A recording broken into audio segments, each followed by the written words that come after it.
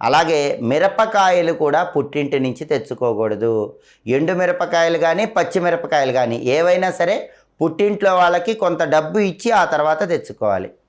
అలాగే అన్నిటికంటే ముఖ్యమైనది ఏంటంటే ఉప్పు, నూనె. ఈ రెండూ కూడా అస్సలు ఎట్టి పరిస్థితుల్లో ఉచితంగా పుట్టింటి నుంచి తెచ్చుకోకూడదు. ఉప్పు పుట్టింటి నుంచి ఫ్రీగా తెచ్చుకుంటే పుట్టింటి వాళ్ళకి దురదృష్టం పడుతుంది.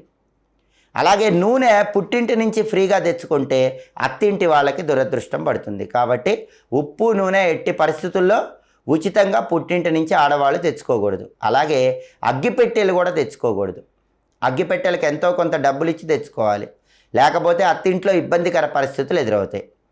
అలాగే కత్తి కానీ, బ్లేడు కానీ, చాకు కానీ ఇలాంటివి కూడా డబ్బులు ఇవ్వకుండా పుట్టింటి నుంచి అత్తింటికి తెచ్చుకోకూడదు. పెళ్ళయ్యాక డబ్బులు ఇచ్చే కత్తి కానీ, బ్లేడు కానీ, చాకు కానీ ఇలాంటివి